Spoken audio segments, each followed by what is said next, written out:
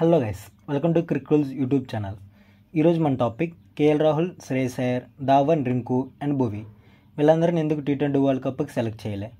T20 world కప్లో ఏ team స్ట్రాంగ్గా ఉంది, ఏ టీంకి విన్నింగ్ ఛాన్సెస్ ఎక్కువ ఉన్నాయి, మన వాళ్ళు విన్ అవ్వాలంటే ఏం చేయాలి, అలాగే వరల్డ్ కప్ షెడ్యూల్ ఎలా ఉంటుంది, ఇవన్నీ డిస్కస్ చేద్దాం. ఫస్ట్ అసలు వరల్డ్ కప్ ఎవరు కండక్ట్ చేస్తున్నారు, ఎక్కడ కండక్ట్ చేస్తున్నారు, ఎలా కండక్ట్ చేస్తున్నారు, ఇవన్నీ చూద్దాం. చాలా కన్ఫ్యూజ్గా ఉంటుంది వీడియో, జాగ్రత్తగా చూడండి. వరల్డ్ కప్ని అయితే యూఎస్ఏ అండ్ వెస్టిండీస్ వాళ్ళు కండక్ట్ చేస్తున్నారు, అందరికీ తెలుసు. బట్ ఎలా కండక్ట్ చేస్తున్నారు, ఎన్ని గ్రూప్స్గా డివైడ్ చేశారు, అవి చూద్దాం.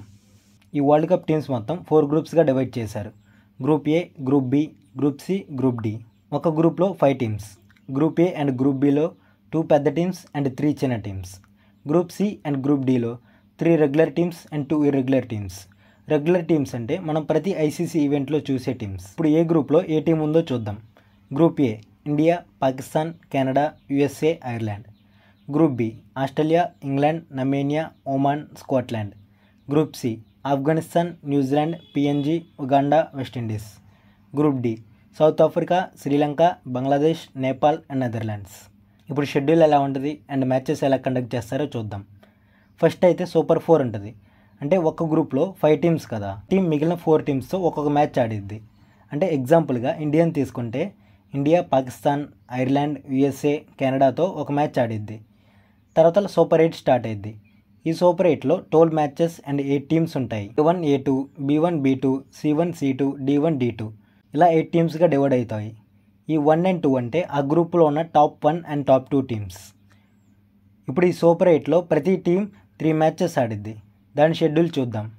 A2 D1, B1 C2, C1 A1, B2 D2, B1 D1, A2 C2, A1 D2, C1 B2, A2 B1, C2 D1, B2 A1, C1 D2. ఈ 8 టీమ్స్లోంచి 4 టీమ్స్ని సెలెక్ట్ చేస్తారు. ఆ 4 టీమ్స్ సెమీఫైనల్స్లో ఆడతాయి. సెమీఫైనల్లో గెలిచిన టీం డైరెక్ట్గా ఫైనల్స్ వెళ్తాయి. No eliminator or no qualifiers. ఇప్పుడు మన India team squad చూద్దాం. ఆల్మోస్ట్ మీ అందరికీ తెలుసు అనుకుంటా, అయినా సరే ఒకసారి చూద్దాం.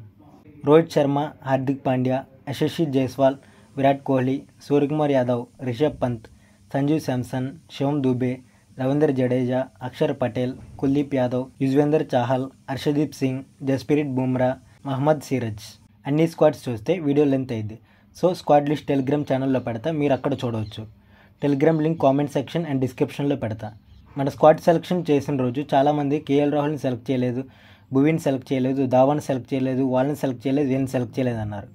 దానికి reason maybe KL Rahul previous seasons or previous ఇయర్స్తో కంపేర్ చేస్తే ఇయర్ కొద్దిగా తన ఫామ్ తగ్గింది, అందుకే సెలెక్ట్ చేయలేదు. శ్రేయస్ అయ్యర్ బీసీసీ వాళ్ళ మాట వినలేదని తనని కాంట్రాక్ట్ నుంచి కూడా రిమూవ్ చేశారు. మేబీ ఇప్పుడు కూడా అదే రీజన్తో సెలెక్ట్ చేయలేదు అనుకుంటా. భువి అండ్ ధావన్ని అసలు వాళ్ళు ఉన్నారనే మర్చిపోయారు. వీళ్ళు కూడా చాలా మంత్స్ అయింది ఇంటర్నేషనల్ మ్యాచెస్ ఆడి. సో డైరెక్ట్గా వరల్డ్ కప్కి తీసుకోవడం రిస్కే, అందుకే వీళ్ళిద్దరిని తీసుకోలేదు. Next Rinku Singh good finisher, but last year ఉన్న ఫామ్ ఈ ఇయర్లో లేదు. ఇయర్ కేకేఆర్ స్ట్రాంగ్ ఉండటం వల్ల ఛాన్సెస్ కొద్దిగా తక్కువే వచ్చాయి. వచ్చిన ఛాన్సెస్ కూడా సరిగ్గా యూజ్ చేసుకోలేదు, అందుకే రిజర్వ్ ప్లేయర్గా పెట్టారు. నెక్స్ట్ థింగ్, మన వాళ్ళు ఈ స్క్వాడ్తో కప్పు గెలుస్తారా, మరి మన వాళ్ళు గెలవకపోతే ఇంకెవరికి ఛాన్సెస్ ఉన్నాయి కూడా చెబుతాం. మన వాళ్ళ present form and past T20 world cup form చూస్తే గెలవడం కొద్దిగా కష్టమే. ప్రజెంట్ అయితే బ్యాటింగ్లో విరాట్ కోహ్లీ అండ్ సంజు శాంసన్, బౌలింగ్లో అయితే హర్షదీప్ సింగ్ అండ్ బుమ్రా తప్ప ఎవరూ ఫామ్లో లేరు. Last time both batting and bowling 2 డిపార్ట్మెంట్స్లో ఫెయిల్ అయ్యాం. సెమీఫైనల్లో అయితే బౌలింగ్లోనే ఫెయిల్ అయ్యాం, బట్ లీగ్ మ్యాచెస్లో కొన్ని బ్యాటింగ్లో కూడా ఫెయిల్ అయ్యాం. ఈసారి కూడా బౌలింగ్లో ఫెయిల్ అయ్యే ఛాన్సెస్ ఎక్కువ ఉన్నాయి. Last time ODI world cup ఆడినప్పుడు ఎలా అయితే మనకు ఒక పేస్ బౌలర్ మిస్ అయ్యాడో, ఇప్పుడు కూడా సేమ్ ఒక పేస్ బౌలర్ అలానే మిస్ అవుతున్నాడు. బ్యాటింగ్లో కూడా మన వాళ్ళు అంతా బీస్ట్ ఫామ్లో లేరు. మేబీ వరల్డ్ కప్లో జాగ్రత్తగా ఆడవచ్చు, కానీ నాకౌట్ మ్యాచెస్లో పర్ఫామ్ చేయాలి. మన ఇండియాలో క్లచ్ ప్లేయర్స్ చాలా తక్కువ, అందుకే మనం లాస్ట్ డికేడ్గా ఫెయిల్ అవుతూనే ఉన్నాం. అంతేకాదు మన వాళ్ళకి ఆ పిచ్చెస్లో అంత ఎక్స్పీరియన్స్ లేదు. లాస్ట్ టైం మనం వెస్టిండీస్ సిరీస్ ఆడినప్పుడు కూడా సరిగ్గా పర్ఫామ్ చేయలే. మన వాళ్ళు చాలామంది ఫ్లాట్ పిచ్చెస్కి బాగా అలవాటు అయ్యారు. బౌలింగ్ పిచ్చెస్ కాబట్టి ఏం చేస్తారో చెప్పలేం. మేబీ మన దాంట్లో చాలామంది బౌలింగ్ పిచ్చెస్లో సరిగ్గా ఆడకపోవచ్చు కూడా. సో ఈసారి కూడా మనకి 50-50 ఛాన్సెస్సే ఉన్నాయి. మనం మిస్ చేస్తే దాన్ని ఏ టీం క్యాచ్ చేస్తాయి. ఎస్, మీరు అనుకునే టీమ్సే Australia, West Indies and England. Australia and England okay, West Indies కూడా విన్నింగ్ ఛాన్సెస్ ఉన్నాయంటే ఎస్, వాళ్ళకు ఉన్నాయి. ఫస్ట్ థింగ్, ఎప్పుడైనా సరే కరీబియన్ ప్లేయర్స్ని T20లో తక్కువ అంచనా వేయకూడదు. అంతేకాదు రీసెంట్గా సౌత్ ఆఫ్రికా మీద కూడా వాళ్ళు చాలా బాగా ఆడారు T20. సెకండ్ థింగ్, వాళ్ళకి ఇది హోమ్ గ్రౌండ్, సో అడ్వాంటేజ్ వాళ్ళకి చాలా ఎక్కువగా ఉంటుంది. అండ్ అంతేకాదు వాళ్ళలో చాలామంది పవర్ హిట్టర్స్ ఉన్నారు.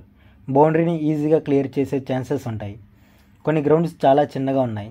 ఆ గ్రౌండ్స్లో అయితే వెస్టిండీస్ వాళ్ళు ఈజీగా క్లియర్ చేస్తారు. మేబీ స్టేడియం బయట కూడా కొట్టొచ్చు. అందుకే వాళ్ళకి ఛాన్సెస్ ఉన్నాయని చెప్పా. అంతేకాదు వాళ్ళకి 2 వరల్డ్ కప్స్ కూడా ఉన్నాయి T20లో, అది గుర్తుంచుకోవాలి మనం.